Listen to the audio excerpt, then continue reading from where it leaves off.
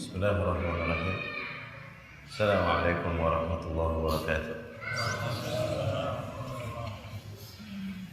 Innal hamdalillah nahmaduhu wa nasta'inuhu wa nastaghfiruh wa na'udzu billahi ta'ala min shururi anfusina wa min sayyiati a'malina. Man yahdihillah fala mudilla lahu wa man yudlil fala hadiya lahu. واشهد ان لا اله الا الله واشهد ان محمدا عبده ورسوله اما بعد فان اصدق الكلام كتاب الله وخير الهدي هدي محمد صلى الله عليه وسلم وشر الامور محدثاتها وكل محدثه بدعه وكل بدعه ضلاله وكل ضلاله في النار اما بعد. Ikhwani wa akhwati rahimakumullah. Sebagaimana kita ketahui bahwasanya hukum di dalam syariah kita terbagi menjadi 5. Wajib, kemudian sunnah atau mustahab, kemudian mubah, kemudian makruh dan haram. Wajib, sunnah, mubah, makruh, haram. 5 sifat hukum yang ada di dalam syariah kita. Ya. Yang wajib adalah hal-hal yang harus dikerjakan oleh seorang hamba. Apabila mengerjakannya dia dapat pahala, apabila tidak mengerjakannya maka dia dosa. Ini pengertian awal dulu. Kemudian yang sunnah. Sunnah di sini sunnah khusus. Sunnah dengan maknanya yang khusus yaitu di fikih, ya. Wa illa ada sunnah yang lebih umum yang maknanya lebih ke usul, ya, ke teologi. Maknanya seluruh hal yang datang dari Rasul sallallahu alaihi wasallam itu sunnah. Maka dari situ kita menamakan diri kita ahlus sunnah. Dalam artian kaum yang memang mengikuti petunjuk yang datang dari Rasul sallallahu alaihi wasallam. Ini sunnah yang itu. Baik. Sunnah yang secara umum. Sunnah yang umum ini lawan kata dari bid'ah. Bid'ah adalah apa-apa yang tidak datang ajarannya dari Rasulullah sallallahu alaihi wasallam. La asla lahu. Tidak ada asalnya. Ini sunnah secara usul. Secara usul. Adapun sunnah yang sedang kita bahas di sini sebagai salah satu hukum, maka ini khusus saja, lebih ke fikih. Bahasa lainnya mustahab biasanya disebut, atau mandub atau nawafil, dan bahasa-bahasa lainnya digunakan untuk menamai amalan-amalan yang apabila kita lakukan dapat pahala, dan apabila tidak kita lakukan pun tidak dapat dosa. Namun, tambahin namunnya, namun merugi, tekor. Ya, orang biasanya memberikan makna sunnah amalan yang dilakukan dapat pahala, nggak dilakukan nggak apa-apa. Jangan sebatas itu, tekankan namun merugi. Jadi ada dorongan untuk melaksanakannya. Contoh, Rasul sallallahu alaihi wasallam menceritakan tentang keutamaan 2 rakaat sebelum subuh. Ya kan? Rasul sallallahu alaihi wasallam mengatakan apa? Khairun minad dunya wa ma fiha. Jauh lebih baik daripada dunia dan seluruh isinya. 2 rakaat sebelum subuh. Tayyib, kalau kita nggak kerjakan, dosa nggak? Nggak dosa. Cuman kelewatan dunia dan segala isi itu. Ruginya kan? Nah, tekankan makna itu. Namun merugi. Tayyib. Kemudian ada mubah. Mubah maknanya boleh. Boleh. Ulama berkata mastawaya fihi al-amr wan nahi, yang kadar perintah dan kadar larangannya sama. Sebagian ulama menafsirkan demikian. Mubah, boleh. Baik. Kemudian mulai turun lagi makruh. Kalau mau dibikin skala begitu, semakin ke bawah semakin merah garisnya, warnanya semakin merah. Mulai makruh, mulai merah banget. Ya. yaitu yang lebih cenderung dilarang. Makruh artinya dibenci, tidak disukai. Lebih cenderung dilarang, namun tidak juga sampai berdosa apabila seseorang mengerjakannya. Tayyib. Seperti makan bawang sebelum ke masjid dan lain-lain. Enggak juga jadi haram, cuman diisyaratkan bahwa hal tersebut mengganggu malaikat. Bahkan ya. Ya, hal-hal yang sifatnya bau sudah, innal malaikah tata'adza mimma ta'adza minhul muslimun atau ta'adza bihil muslimun. Sesungguhnya malaikat tersakiti, terganggu dari atau oleh hal-hal yang mengganggu dan menyakiti kaum muslimin. Apapun itu. Kaum muslimin tidak suka aroma yang tidak. Malaikat pun terganggu. Gitu. Kaum muslimin mendengar suara knalpot motor yang preng teng teng teng teng teng gitu. Kaum muslimin benci, malaikat pun benci. Tuh, terganggu dari hal-hal yang mengganggu kaum muslimin. Ya. Aroma kaki yang habis jalan di tempat panas dan lain-lain kemudian masuk sholat ke masjid. Nah, ya. Ini malaikat pun terganggu. Terapkan kepada hal lain selain bawang. Tayyib. Itu makruh. Yang kalaupun demikian tidak juga jadi dosa, namun sering dimakruh ini juga nanti bahaya efeknya. Tayyib. Kemudian haram, nah haram sudah merah. Udah. Yang diperintahkan untuk ditinggalkan, apabila dilakukan dapat dosa. Apabila ditinggalkan dapat, apabila meninggalkannya dia niatkan lillahi ta'ala. Tekankan itu dulu. Yani kafir nih banyak yang nggak mabok sekarang. Karena apa? Karena bahaya khamr. Tayyib. Apakah dari situ mereka mendapat pahala? Awas. Jadi karena apa dulu meninggalkannya? Sama marah, murka. Ada orang yang memang diciptakan sabar, nggak marah. Mau diapain juga emang orangnya nggak bisa marah emang. Oke? Akhirnya dizolimi, dia nggak marah, nggak balas dengan kemarahan. Dapat pahala nggak dari situ?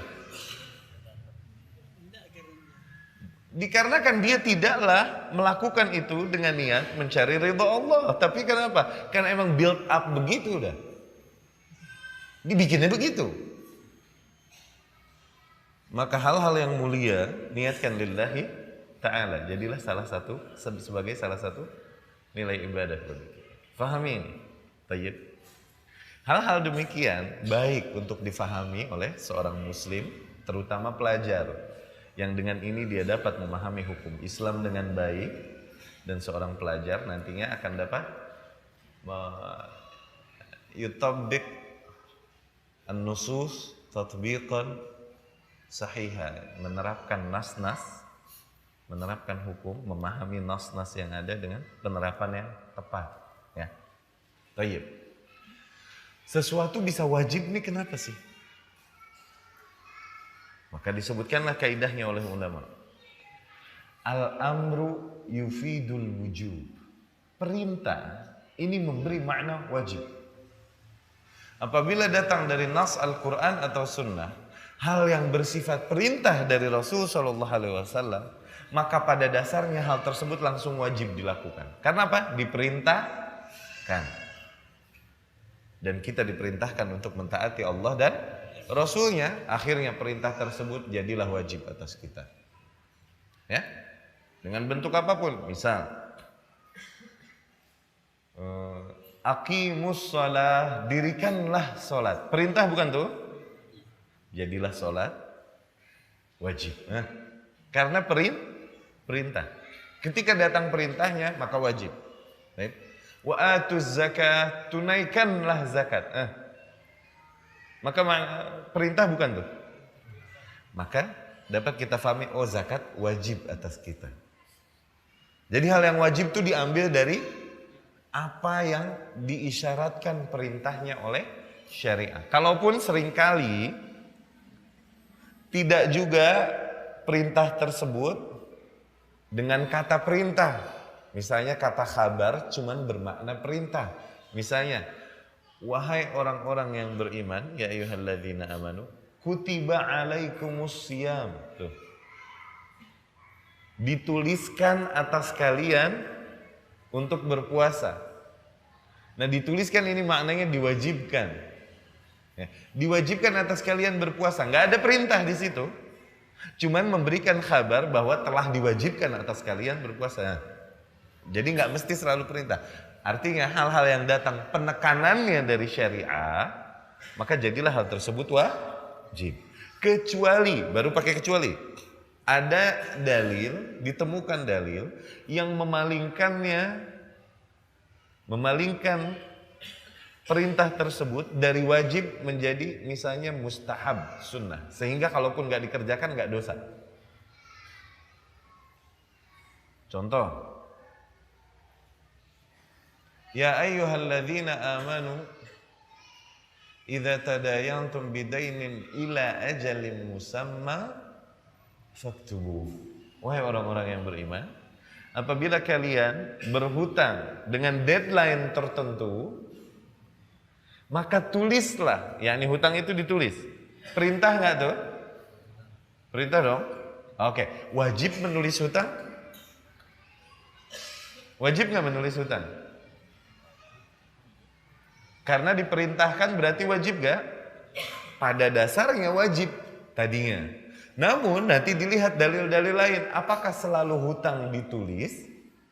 Dalil lain bisa langsung perkataan Rasul, bisa amalan Rasul, amalan sahabat, dan lain-lain. Ternyata berjalan ketika itu, di mana berhutang tidak selalu ditulis. Nah, maka maknanya penulisan hutang ini sunnah saja. Perintahnya hanya sampai sunnah, tidak sampai titik wajib. Maknanya kalaupun tidak ditulis tidak dosa. Dapat difahami nggak? Jadi kapan jadi wajib kadar perintahnya, kapan turun jadi sunnah. Ya. Contoh lain. Misalnya Rasulullah SAW memerintahkan kita dengan perintah yang di situ mengisyaratkan ketidakwajibannya, akhirnya jadilah sunnah. Contoh seperti yang diriwayat Bukhari, Muslim. Rasul sallallahu alaihi wasallam bersabda, "Laula an asyqa ala ummati la amartuhum bisiwak inda kulli shalah." Kalau bukan karena aku takut merepotkan, menyusahkan umatku, niscaya aku perintahkan mereka untuk bersiwak setiap sholat. Bukan pada saat sholat, sebelum sholat maknanya. Enggak? Inda kulli shalah. Setiap sebelum sholat. Nah, dari isyarat itu sendiri ditangkapkan bahwasanya Rasul Shallallahu Alaihi Wasallam tidak juga sampai mewajibkannya, iya kan? Namun terlihat betapa Rasul Shallallahu Alaihi Wasallam sangat mendorong hal itu, ya kan? Sangat mendorong, sangat menekankan hal tersebut. Maka jadilah siwak hal yang sifatnya sunnah. Jadi kapan sesuatu jadi wajib, kapan jadi sunnah. Pahami itu dulu. Tayyib. Ini perkara-perkara yang dibilang di qawaid fiqhiyah dan usul fikih. Ya. Hal-hal yang berada di balik hukum-hukum fikih-fikih. Ini metodologi bagaimana sebuah hukum tercipta. Ini metodologinya. Ya. Kemudian an-nahyu yufidu tahrim. Larangan ini memberi makna, memberi faidah pengharaman. Karena apa?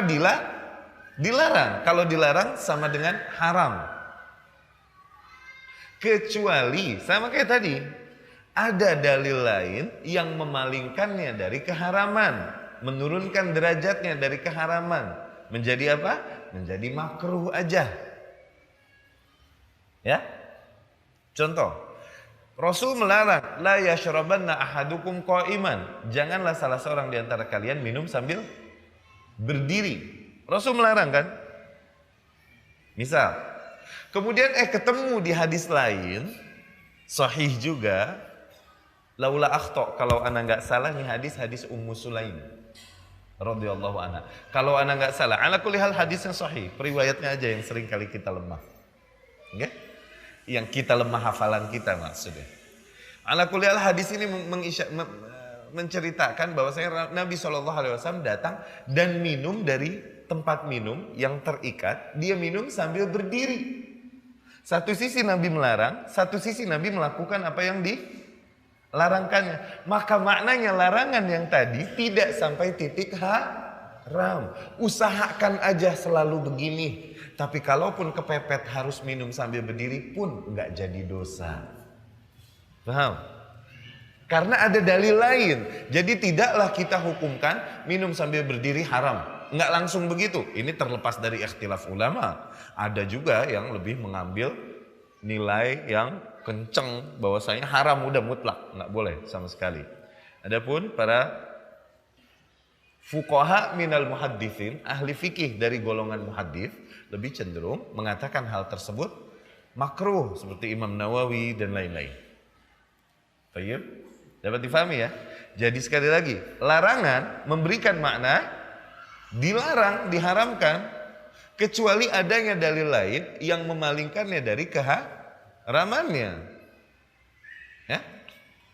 Larangan ini nanti uslubnya, redaksi larangannya beda-beda. Ada yang sifatnya khabar, nggak mesti juga dengan sifat la, janganlah, tidaklah, nggak mesti begitu juga.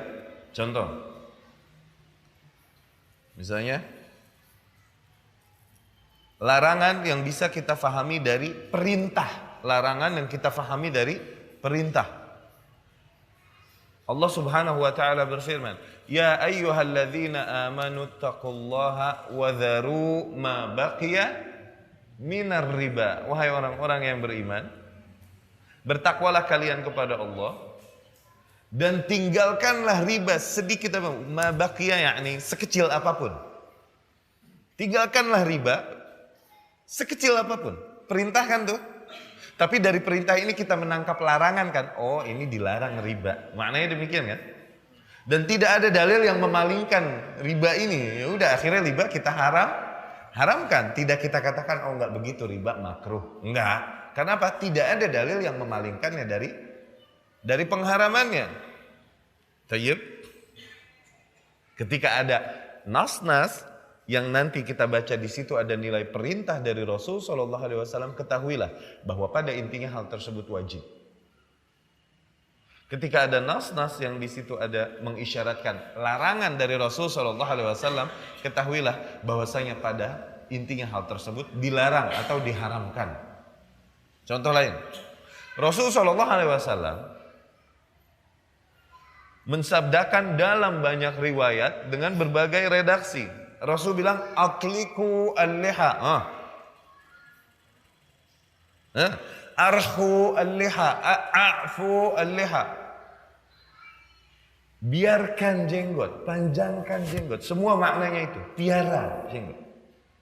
Perintah bukan? Maka maknanya kita carilah dalil yang memalingkannya dari kewajibannya. Kita cari. Ada nggak dulu sahabat yang memotong jenggotnya di depan Rasul Shallallahu Alaihi Wasallam? Dan Rasul diemin sehingga hal ini menjadi kasus yang sifatnya oh jenggot hanya sunnah saja, tidak wajib. Kita cari dalil. Ternyata tidak ada semuanya. Ya. Bahkan Ali bin Abi Thalib diriwayatkan lihyahnya azimah, lihyahnya begitu lebar, tura minal khalf, kelihatan dari belakang. Tuh. Jadi jangan diledekin kalau orang berjenggot. Ini yang ada sekarang orang menjalankan syariah diledek. Itu jenggot apa akar gigi? Waduh. Kufur itu, ngeledek syariat. Harusnya yang belum berjenggot, kami doakan. Semoga Allah Subhanahu wa Ta'ala nanti akan memberikan taufik dan memelihara janggut. Sebenarnya. Terus jangan yang sudah menjalankan jadi dihina. Jangan. Ya. Ya ini bentuk cinta. Bentuk cinta sama Rasul gimana sih? Kita mencintai Rasul kan? Anda yakin semuanya mencintai Rasul kan? Tayyib. Kita beriman kan sama Rasul? Tayyib. Hah? Iya kan? Semua beriman sama Rasul. Semua mencintai Rasul. Betul gak? Mana bentuk cinta yang tepat? Apakah dengan menjalankan apa yang diperintahkannya? Iya, sami'na wa ata'na. Nah, aku punya kekasih. Saking cintanya aku sama sang kekasih, mana bentuk cinta yang tepat? Apakah dengan aku mengikuti seluruh keinginannya tanpa membantah? Atau justru dengan membantah dan melakukan apa-apa yang tidak diperintahkannya. Mana bentuk yang pertama atau kedua? Yang cinta yang tepat. Tentunya yang pertama. Pantaskah aku berkata, aku mencintai Rasul, beriman kepada Rasul Sallallahu Alaihi Wasallam. Aku mentaati Rasul. Ketika Rasul di depan muka kita, dia ngomong, panjangkan jenggot. Nggak mau ya Rasul, aku mau kerok. Pantas gak? Tanyakan itu. Nggak mau ya Rasul, apaan jenggot? Mendingan kayak tembok mulus. Bedanya apa sama tembok? Mulus kan? Pegang deh tembok. Mulus gak? Berbulu gak? Tuh gak berjenggot.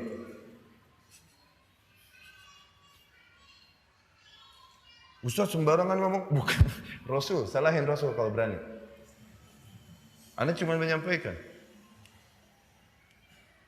Maka yang belum, minimal, yang Anda serukan adalah, kita manusia yang toh penuh dengan kekurangan. Yang belum berjenggot pun kita doakan, semoga nanti akan berjenggot. Cuman yang lebih kita seru adalah minimal. Yang belum, jangan menghina orang yang mulai mau melaksanakan sunnah. Karena itu memang sunnah. Mungkin aneh di mata kita, karena apa? Karena kita belum biasa melihatnya. Maka jangan hina karena sesuatu tidak terbiasa dengan, matamu tidak terbiasa dengan hal tersebut. Bisa jadi hal tersebut yang benar, matamu selama ini melihat yang salah.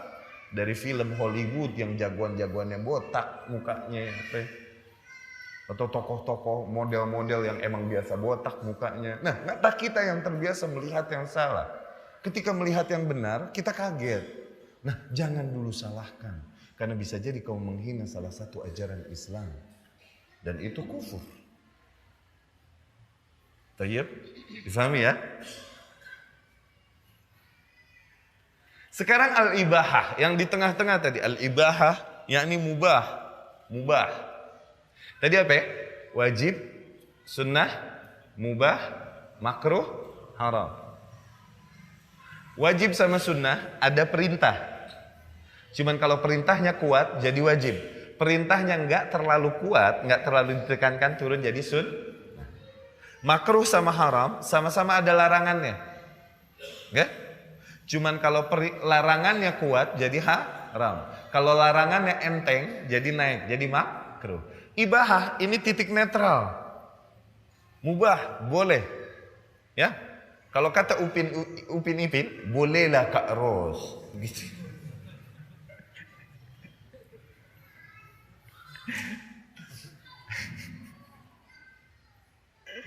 Boleh. Oke. Yang boleh ini apa? Yang boleh adalah yang syariat diem. Ya? Yang syariat diem. Yang tidak disebutkan larangannya oleh syariat. Berarti sesuatu kalau tidak kita temukan larangannya, kembali dia ke hukum asal, yaitu boleh atau mubah, ibahah. Terbentuklah kaidah. Al-aslu fil asya al-ibahah. Segala hal, oke? Makanan, minuman dan lain-lain ini hal-hal ini. Pada intinya hukum asalnya adalah boleh. Hukum asalnya adalah boleh. Halal, semuanya halal. Pada intinya. Barulah dikatakan kecuali ada dalil yang melarangnya. Maka berubahlah hal tersebut dari halal, dari boleh menjadi dilarang. Entah dilarangnya nanti sampai titik makruh atau haram. Namun pada intinya mas semua hal boleh tadinya. Kenapa Allah Tayyib, sekali lagi kaidah ini. Al-aslu fil asya al-ibahah. Segala hal pada intinya hukum awalnya itu boleh, mubah. Kecuali ada dalil yang menunjukkan larangannya, barulah hal tersebut berubah hukumnya jadi dari boleh menjadi haram atau makruh. Berubah hukumnya. Yang kecuali tadi, kalau dibilang kecuali, pengecualian, lebih sedikit apa lebih banyak? Semua masuk kelas kecuali si Udin. Yang namanya kecuali selalu tidak bisa. Jadi yang tidak perbolehkan oleh syariat itu sedikit. Ini bentuk rahmat Allah atas kita. Syuf. Di mana segala hal dihalalkan, dibolehkan. Kecuali yang Allah larang. Nah yang dilarang nih yang kecuali ini yang sedih. Jadi ketika kita tidak temukan dalil yang melarang tentang hal itu, maka kembalilah dia ke hukum asal, yaitu boleh atau mubah. Contoh, cacing. Cacing, tahu cacing? Di sini cacing. Oke. Halal atau haram untuk dimakan? Kita cari deh dalilnya. Ada nggak yang melarang cacing? Tuh. Ternyata nggak ketemu. Nggak ada dalil satupun yang mengharamkan cacing atau mengisyaratkan keharaman cacing. Nggak ada kan?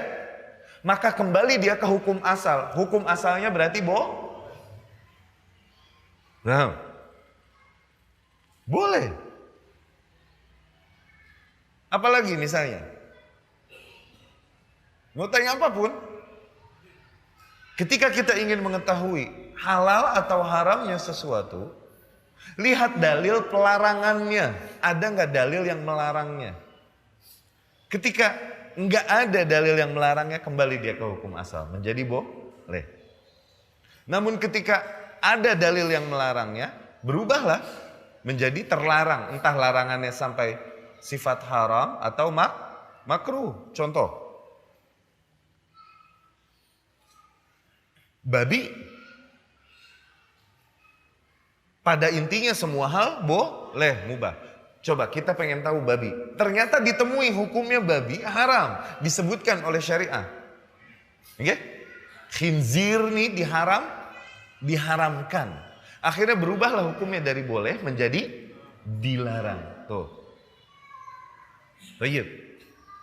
Nanti isyarat pelarangan ini ketahui. Sempurnanya Islam, isyarat pelarangan ini tidaklah selalu disebutkan per item. Itu sempurnanya Islam.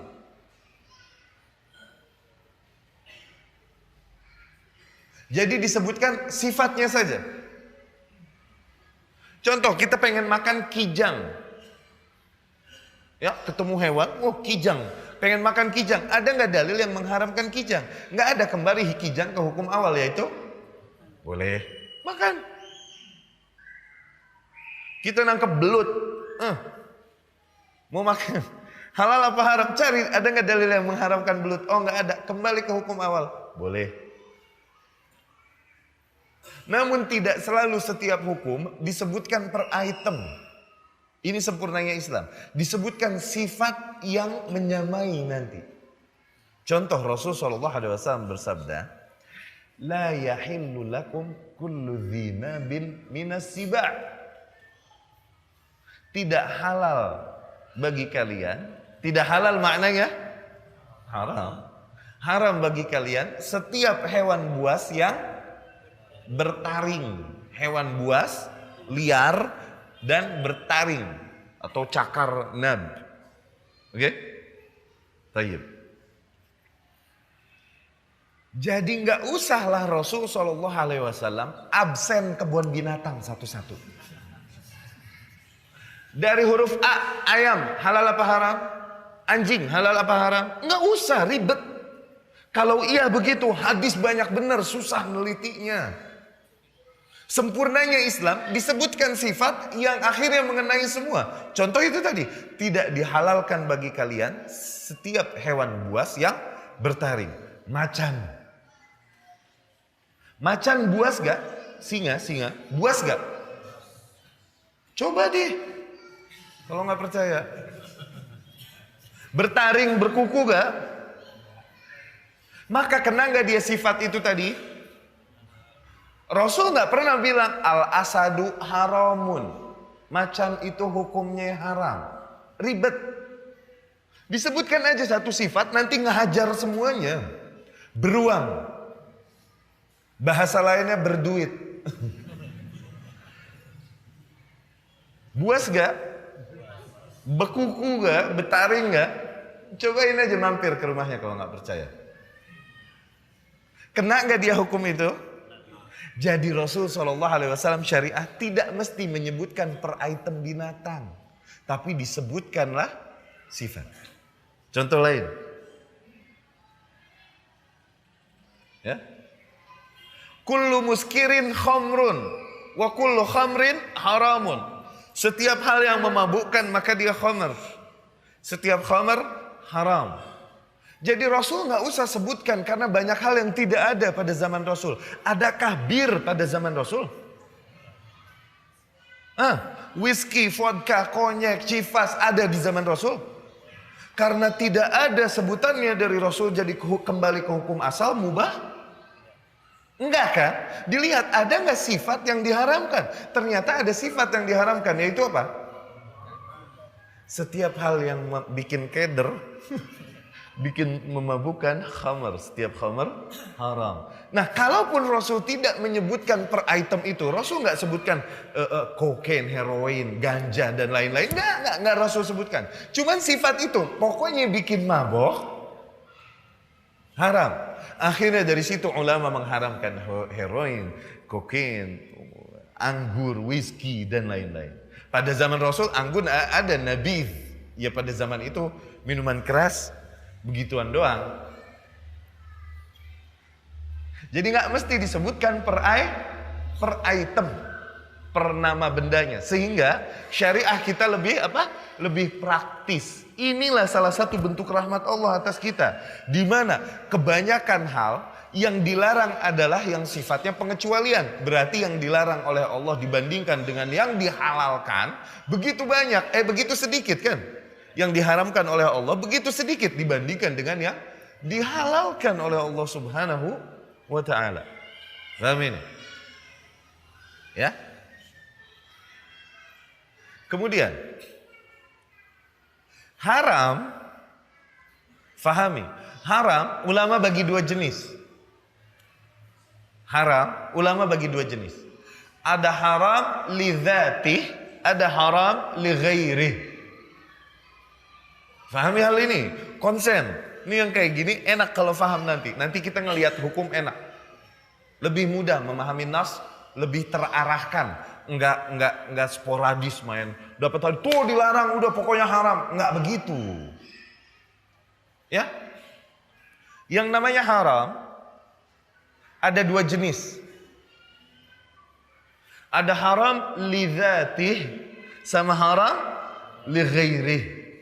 Haram karena zatnya haram atau haram karena unsur lain yang membuatnya haram. Unsur lain yang membuatnya haram. Contoh, haram yang karena zatnya haram, babi, syirik, kufur. Ini zatnya sudah haram. Ada haram yang karena unsur lain yang membuatnya haram, bukan karena hal itu haram. Oke? Contoh, riba, uang riba. Iya kan? Melihat wanita. Itu bukan karena zatnya haram. Maknanya apa? Begini. Uang riba. Uang, kalau kita dapatkan boleh dagang halal gak? Boleh warisan halal gak? Thayyib. Boleh nyopet? Boleh riba? Tuh, berubah-ubah kan hukumnya? Berarti nanti dia haramnya karena apa? Karena hal lain yang membuatnya haram. Unsur lain yang membuatnya haram. Dalam kasus uang ini, yang membuatnya haram adalah the way you earn it. Cara kau mendapatkannya. Tayyib. Ada juga hal yang diharamkan karena apa? Efek yang terjadi nanti. Contoh, kita ngelihat boleh gak? Ngelihat masa gak boleh dikasih mata? Cuman ada beberapa hal yang kalau dilihat terus suka kebablasan. Yang dibilang dari mata turun ke leher, turun ke hati, turun terus ke bawah. Ngelihat kepada yang bukan ngelihatnya halal, cuman karena melihat itu membawa kepada efek yang lebih buruk. Oke? Maka melihat itu diharamkan. Disuruhlah kita nunduk. Fahim? Bukan karena melihatnya yang diharamkan, tapi efek yang terjadi nanti. Tapi seseorang nggak bisa bilang, oh Ustadz saya melihat juga nggak sampai ke efek itu. Oh enggak, tetap haram. Sama seperti orang yang kita haramkan khamr. Apakah air itu haram? Tapi kenapa? Efek yang terjadi dari air ini kan diharamkan ya. Kenapa? Bikin keder. Bikin puyeng. Yuzhib al-aql. Ya kan? Menghilangkan akal. Tayyib.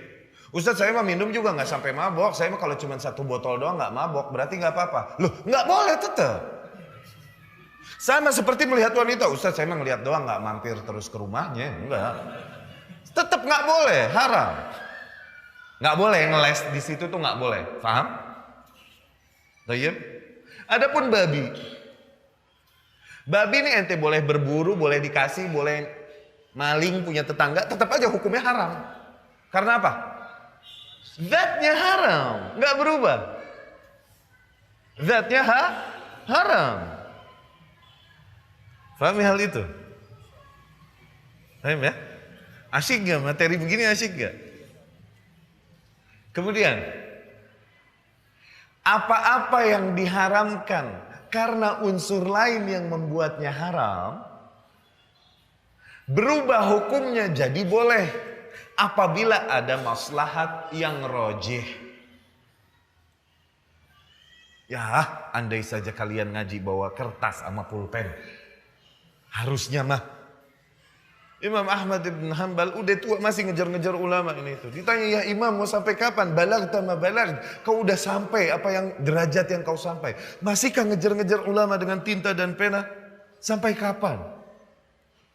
Kata Imam Ahmad sambil lari nih ngejar ulama yang lewat. Ilal makbar. Sampai kuburan. Sampai lari. Dan dulu hafalan mereka, Imam Ahmad sendiri menghafal alfu hadis.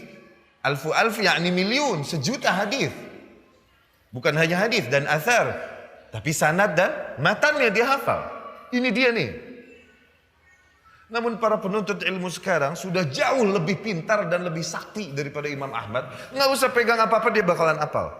Cukup nyender. Penuntut ilmu sekarang ini udah luar biasa, udah jago-jago. Lebih jago daripada ulama dulu. Andai saja kesindir disampaikan begini. Ya? Isma.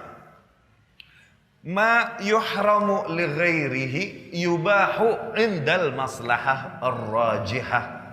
Apa-apa yang diharamkan karena hal lain, unsur lain yang membuatnya haram, berubah hukumnya jadi diperbolehkan, yubahu, dimubahkan indal maslahah ar-rajihah. Ketika ada maslahah yang rajih. Contoh, melihat kepada yang bukan mahram tadi. Haram kan? Haram. Haramnya li ghairihi kan? Bukan li dzatihi kan? Li ghairihi. Tayyib. Ada maslahah yang rajih, apa? Mau nikah. Berubah hukumnya jadi boleh lihat. Dan ternyata syariat membenarkan. Ya? Rasul perintahkan unzur ilaiha. Lihatlah dia, ya ini lihat sampai kau menemukan sesuatu padanya yang membangkitkan dirimu. Supaya nggak beli kucing dalam karung. Pada saat itu melihat yang bukan mahram, berubah hukumnya jadi dianjurkan, boleh. Tadinya haram. Karena ada apa? Maslahat yang rajih. Faham? Terus. Amputasi atau operasi deh. Ya. Kita kepepet. Kalau misalnya nggak dibius dulu, digunakan hal-hal yang memabukkan, bahaya. Rasa sakit yang luar biasa nanti bisa berefek demikian sehingga jantungnya demikian akhirnya gitu. Akhirnya hal yang itu berubahlah hukumnya jadi diperbolehkan hal yang memabukkan. Ketika ada maslahat yang rajih yaitu apa? Mau operasi. Begitupun hal yang diharamkan karena zatnya haram, berubah hukumnya jadi mubah, tapi bukan hanya karena maslahat, tapi karena apa? Darurat. Karena darurat. Bukan karena maslahat, awas, ada tingkatan antara maslahat dan darurat. Darurat harus selalu lebih diutamakan untuk ditinggalkan daripada meraih maslahat. Contoh, kita di satu tempat yang enggak ada makanan lain kecuali babi. Tuh, darurat gak? Bukan hanya maslahat.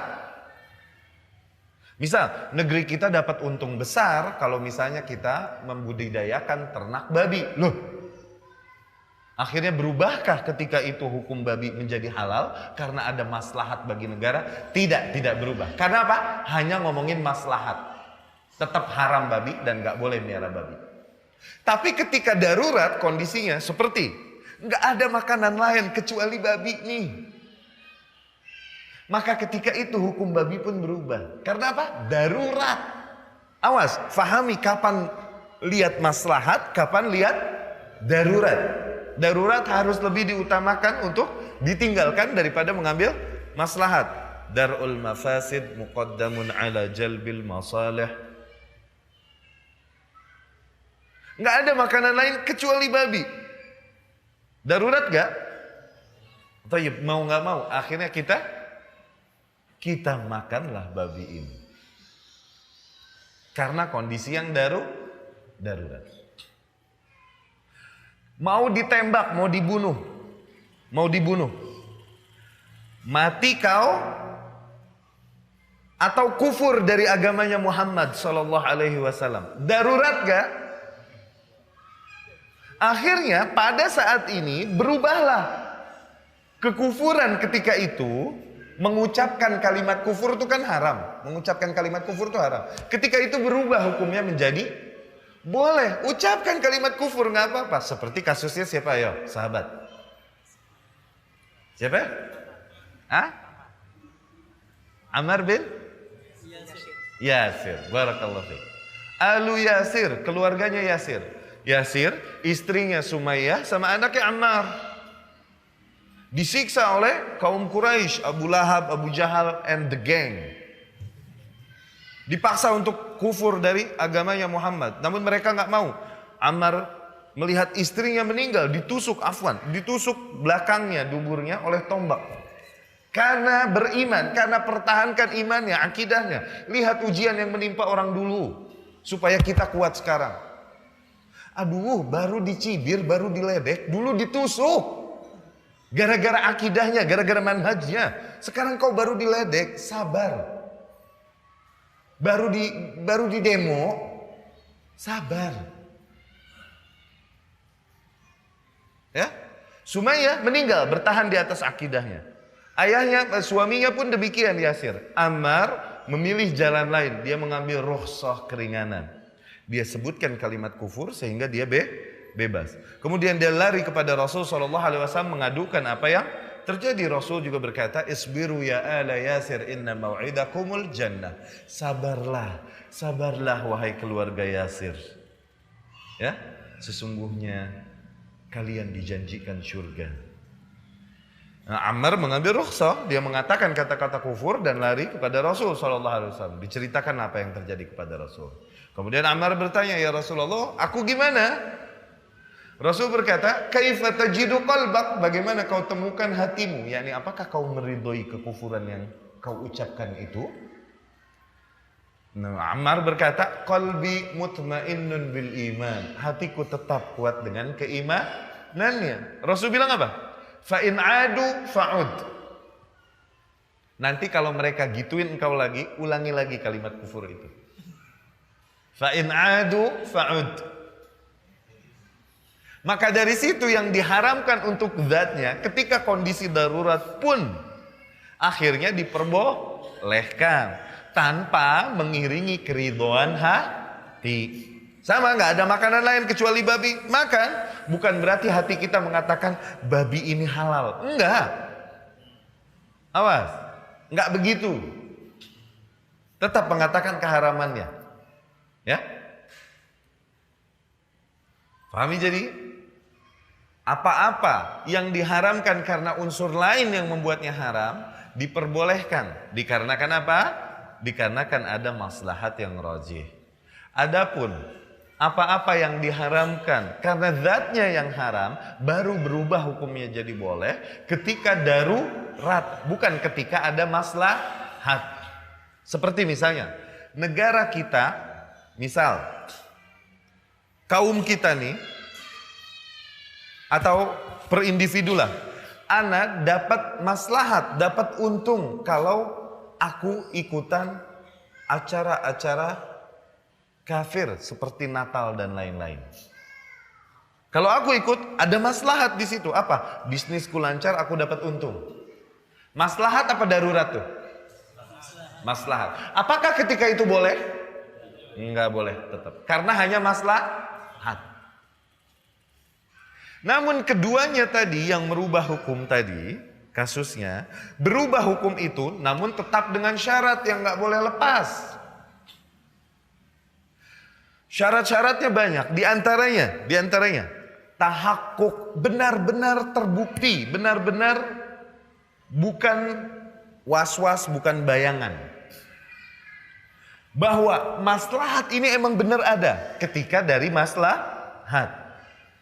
Aku emang beneran mau kawin nih, bukan lagi iseng-iseng pengen ngeliatin anak orang. Emang beneran, tuh, maslahat beneran. Aku emang pengen operasi, beneran. Sahih? Tahakkuk. Kemudian darurat, emang beneran gak ada makanan lain. Emang beneran gak ada makanan lain. Tahakkuk, beneran aku mati nih kalau misalnya aku tidak mengatakan kata-kata kufur. Tuh, ada tahakkuk dulu. Teliti, benar gak nih? Apa cuman bayanganmu saja? Itu yang pertama harus dikuasai. Jadi jangan sembarangan seseorang mengaku-ngaku, aduh ini darurat ya, iyalah habis gimana dong, ada makan deh, bangke deh ada makan. Habis darurat, kan masih ada tetangga, masih ada apa? Ya? Paham itu? Syarat yang kedua, sebatas kebutuhan, nggak boleh lebih. Tadi diperbolehkan akhirnya melihat non mahram sebatas kebutuhan. Jangan tiap malam minggu ente pengen lihat. Ngobrol pun dilarang, nggak boleh. Diperbolehkan dalam kasus ini untuk menanya ini itu. Jangan kita ta'aruf yuk di XX1, sahabat malam minggu di mall. Nggak boleh, ini udah bablas dari Tuhan, hawa nafsu itu mah udah, bukan sebatas maslahat. Bedain, awas. Sebatas Tuhan. Yang ketiga, lihat hal yang berubah ini beneran gak menyelesaikan masalahmu atau justru memperparah masalahmu. Lihat dulu. Terbukti gak menyelesaikan masalahmu? Contoh. Beneran gak nih khamr atau heroin yang disuntikan kepadaku akan mengatasi sedikit permasalahanku ketika dioperasi dan lain-lain. Opium atau morfin ya, biasa pakai morfin ya untuk operasi. Beneran gak mengatasi permasalahanku bius nih? Demikian kan mesti? Mesti tahu dulu beneran gak nih? Apa cuman bayangan kita aja? Begitupun babi, bener gak nih dimakan terus bisa mengatasi permasalahan kita? Pilihannya cuma dua, mati kelaparan atau makan bangkai, atau makan babi. Beneran gak nih babi atau bangkai bisa mengatasi permasalahan kita? Seperti apa? Menyambung hidup lah. Tapi jangan kebablasan, kita rasakan enak pada babi ini, enak ya terus bawa bekal pulang. Gak boleh juga, sebatas kebutuhan. Kemudian beneran gak nih babi bisa menyelesaikan permasalahan kita? Akhirnya diperbolehkanlah babi ketika itu. Kenapa?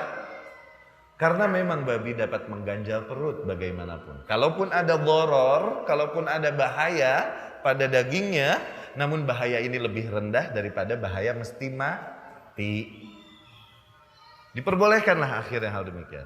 Ini hal-hal yang harus dikuasai oleh seorang penuntut ilmu, harus dipelajari, diiringi dengan menguasai dalil-dalil yang ada dari Al-Quran dan Sunnah. Fahami juga ilmu-ilmu demikian dari qawaid dan dhawabit fiqhiyah, ya, usul dan lain-lain, supaya dengan ini seseorang dapat dengan baik memahami dan mengarahkan dalil sesuai dengan maksud Allah dan Rasulnya Sallallahu Alaihi Wasallam. Baik, kita dengarkan azan dulu, kemudian kita lanjutkan. Apabila ada yang ingin ditanyakan sambil ditulis saja sambil dengarkan azan. Bismillahirrahmanirrahim. Wassalatu wassalamu ala Rasulillah wa ala alihi wa ashabihi wa man wala. Amma ba'd. Hadirin wa hadirat rahimakumullah. Setelah kita jelaskan tadi hukum tentang al-asya, hal-hal, banyaknya hal, dan kita tegaskan bahwasanya al-aslu fil asya al-ibahah, ya,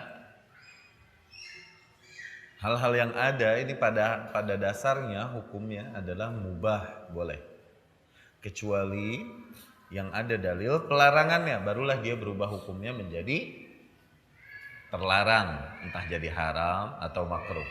Al-aslu fil asya al-ibahah. Sekarang kita berbicara tentang ibadah di luar asya. Ibadah. Apapun yang kau lakukan, sholat, puasa, zakat, dan lain-lain, apapun yang kau lakukan, ya, atau amar bil ma'ruf nahi anil munkar, kau niatkan untuk siapa, untuk siapa, untuk siapa. Ibadah kan sifatnya, tayyib. Ibadah apapun. Nah, dia memiliki dalil tersendiri. Fahami ini.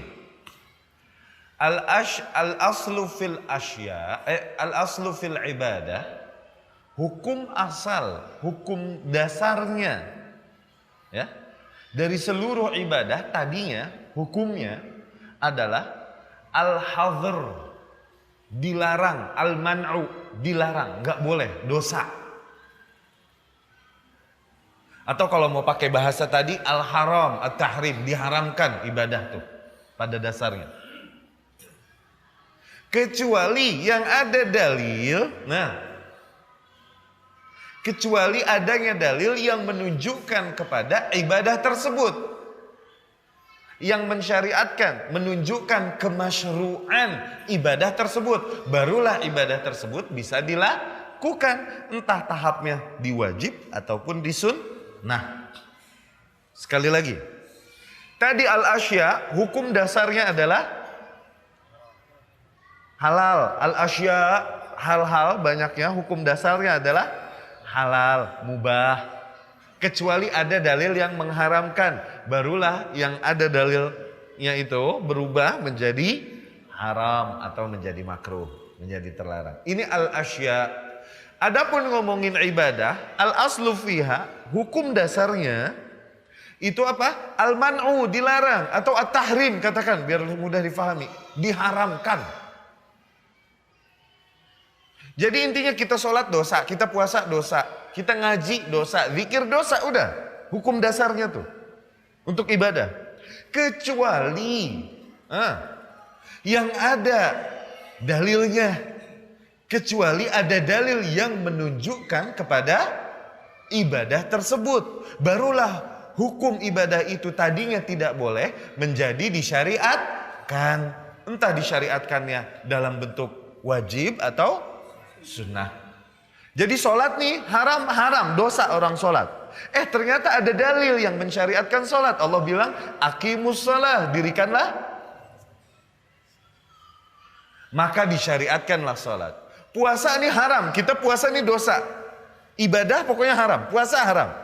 Ada dalil tentang puasa, ternyata Allah bilang, ya ayyuhalladzina amanu kutiba alaikumusiyam. Berubahlah hukum puasa, tadinya diharamkan menjadi disyariatkan. Adapun yang tidak ada dalilnya, tuh, kembalikan ke haram. Ketika tidak ada dalilnya, kembalikan ke haram. Sekali lagi, ibadah hukum dasarnya haram, dilarang. Jadi kalau kita beribadah, kita dapat dosa.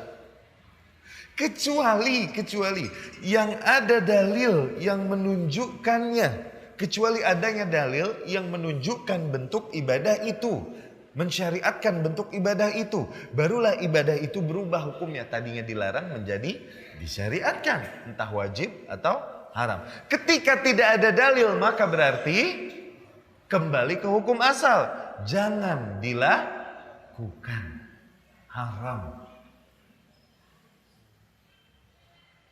Baik. Baca Quran. Ada dalilnya. Mengkhususkan satu surat tertentu di malam Jumat. Ada nggak dalilnya? Ibadah bukan? Oke, tanya dulu. Oke, baca surat tertentu setiap malam Jumat.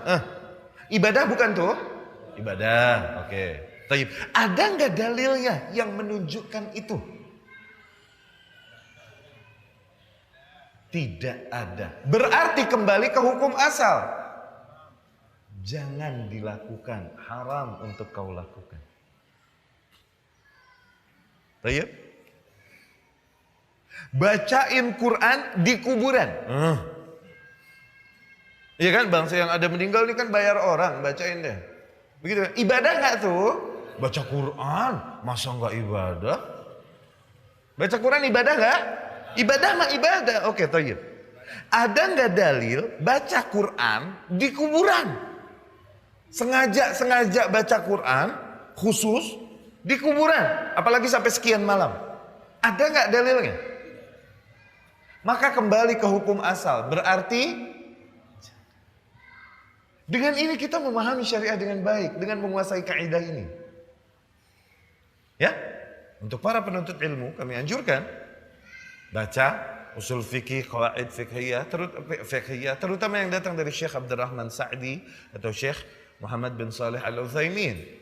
Ya, mereka guru dan murid yang dimana kitab-kitab mereka memiliki keutamaan yaitu lebih mudah difahami oleh para penuntut ilmu, bahasanya santai, bisa difahami. Baca itu. Semoga dengan itu kita dapat memahami nas-nas ya yang ada dengan baik sehingga kita pun menjadi muslim yang baik, berangkat dari pemahaman yang baik terhadap kitabullah dan sunnah Rasulnya sallallahu alaihi wasallam. Taib, untuk materi kita cukupkan dulu sekian. Kita lihat pertanyaan yang masuk sebelum mendirikan salat Isya.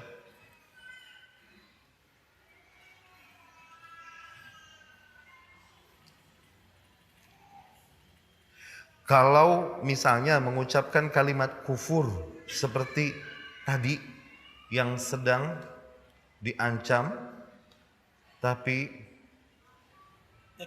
malahan beneran ditembak, bagaimana hukumnya? Aduh, kesian. Nih, oke? Pahami yang tadi nih. Ini mah begini. Berubah hukumnya ketika kondisi demikian. Thayyib. Kemudian akhirnya kita mengucapkan. Dengar, kita mengucapkan bukan berarti meridhoinya karena kondisi darurat, sama sekali tidak dihitung sama Allah. Illa madturirtum ilaihi, kata Allah. Walaqad fassala lakum ma hurrima alaikum. Ya kan?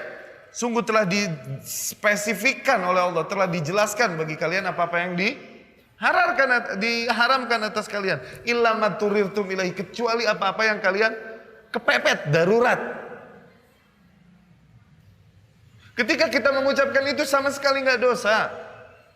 Karena apa? Memang berada di asal dipenuhi syarat-syaratnya tadi. Bener nggak nih darurat? Atau cuman was-wasmu saja? Ini sekarang orang jeleknya sekarang terburu-buru menentukan kondisi darurat. Yang ada apa? Was-was doang padahal. Padahal sebenarnya kondisinya masih santai. Ini yang konyol nih sekarang. Ya. Nah, kemudian setelah mengucapkan kalimat kufur, ditembak juga, ya udah, hitungannya kutila mazluman, dibunuh, dizolimi. Baik, terbunuh, dizolimi. Orang yang demikian, yang membunuh, itu mengambil dosa-dosa dia itu. Jadi habis dosa kita diambil sama yang membunuh. Jadi gimana kalau begitu? Ajib, jawabannya. Tapi demi Allah, jauh lebih mulia ketika kau bertahan, kalaupun mesti mengorbankan jiwamu.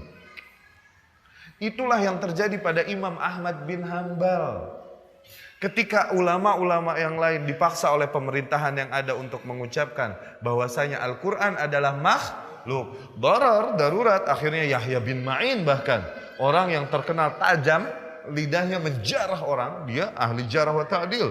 Dia ketika kondisi begitu mengambil rukhsah dan dia mengatakan Al-Quran makhluk.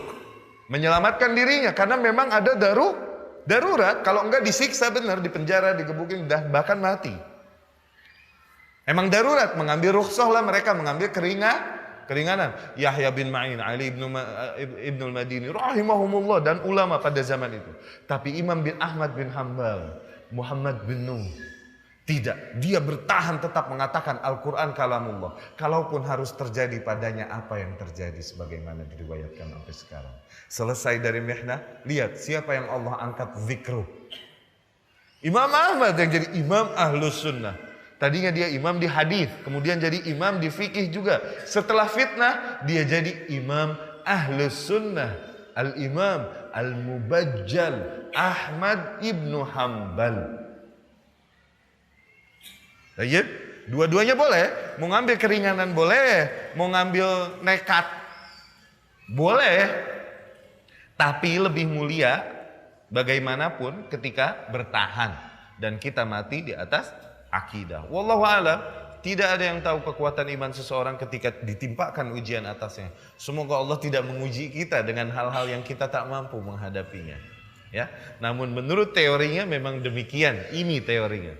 Jadi mana yang lebih mulia ketika itu? Langkah yang diambil Imam Ahmad bin Hambal atau ulama-ulama lainkah? Maka kita katakan Imam Ahmad. Kita acungkan yakni segala pujian, kita haturkan segala pujian kepadanya. Ya, yakni maknanya umat-umat yang datang setelahnya jauh lebih memuji Imam Ahmad bin Hambal daripada haula alladzina ajabu alfitan, mereka yang menjawab dan menyerah menghadapi fitnah. Tapi pertanyaan yang masuk cuma ini, aqulu qouli hadza wa astaghfirullah li wa lakum. Semoga apa yang disampaikan dapat difahami ya dan menjadi bekal bagi kita semua. Subhanakallahumma rabbana wa bihamdika asyhadu an la ilaha illa anta astaghfiruka wa atubu ilaik. Assalamualaikum warahmatullahi wabarakatuh.